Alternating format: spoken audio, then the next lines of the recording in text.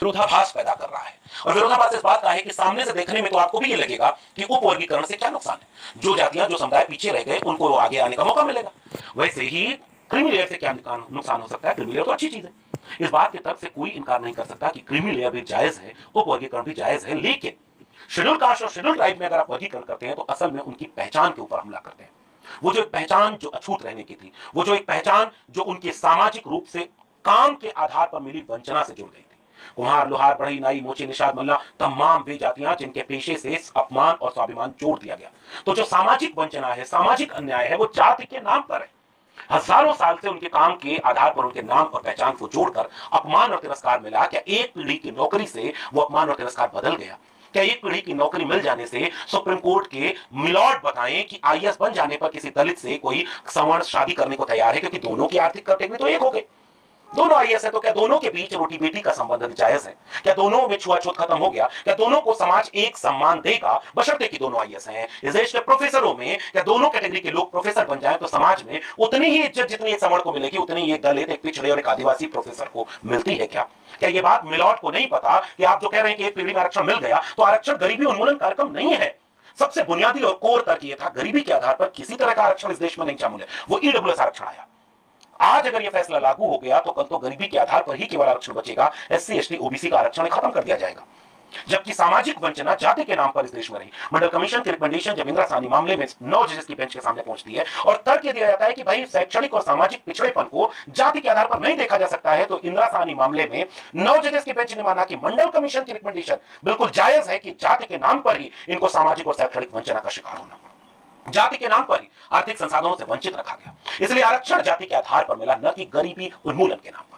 लेकिन 7 जजेस की बेंच कहती है कि वो आर्थिक कैटेगरी हो जाएगी, इसलिए उसमें क्रीमी लेयर लगा दो। क्या क्रीमी लेयर से उस समाज के लेयर में एक दलित, एक पिछड़े, एक आदिवासी को वही सम्मान मिला जो बाकी क्रीम को मिला?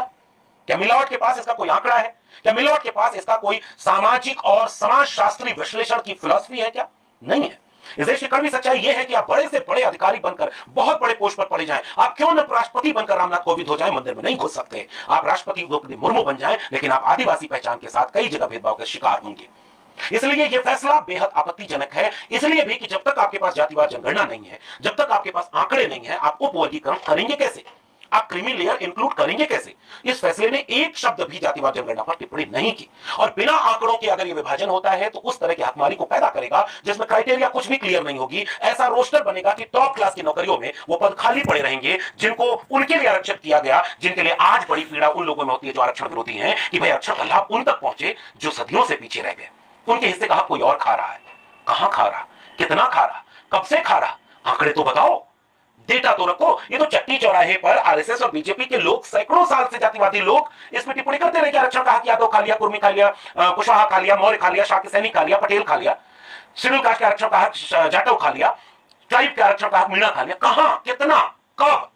बिना आंकड़ों के ये चट्टी चौराहे की बहस सुप्रीम कोर्ट के जजों तक पहुंच गई। ये दुर्भाग्यपूर्ण है। और बिना आंकड़ों के अगर इस तरह के कोई नियम बन जाते हैं तो आरक्षण की मूल भावना के चरित्र पर हमला है। आरक्षण की मूल भावना आर्थिक आधार पर नहीं है। इसलिए बिना जातिवार जनगणना की इस तरह की कोई टिप्पणी भारी पड़ेगी। और इस पूरे समुदाय में इस बात को खासी तौर पर नाराजगी के रूप में देखा जा रहा है कि आप उनकी पहचान, उनके स्वाभिमान और उनके सम्मान के अधिकार की लड़ाई पर हमला कर रहे हैं। और हमला वो कर रहे हैं जो निर्णय में शामिल नहीं है।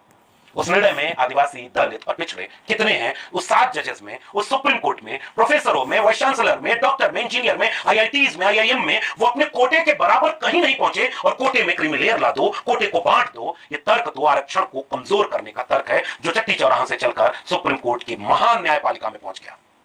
ये दुर्भाग्यपूर्ण है। अब देखना दिलचस्प है कि शेड्यूल कास्ट, शेड्यूल ट्राइब और अदर बैकवर्ड क्लासेस के बीच इस देश के 90% बहुजन अपने बच्चों के हक अधिकार को लेकर, कल को मिलने वाले आरक्षण के लाभ या हानि को लेकर कितने सजग और कितने जागरूक हैं, कितना वो इस मुद्दे पर बात कर पाते हैं, कितना समझ पाते हैं, और कैसे 2 अप्रैल का भारत बंद उन्हें फिर से याद दिला सकता है।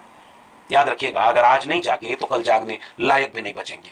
फिर एक दूसरे के भीतर लड़ते रहेंगे। ओबीसी को ओबीसी से लड़ाने वाले, शेड्यूल कास्ट को शेड्यूल कास्ट के बाकी जातियों के खिलाफ दुश्मन बना देने वाले, ट्राइब में कुछ जातियों को बाकी के खिलाफ लड़ा देने वाले खुश हो जाएंगे और हम आपस में लड़ते रह जाएंगे कि हाँ, किसने किसका कितना छीन लिया। और असली दुश्मन जरूरतमंद, वंचितों, शोषितों के आपस की लड़ाई को देखकर सारा फायदा उठाते रहेंगे।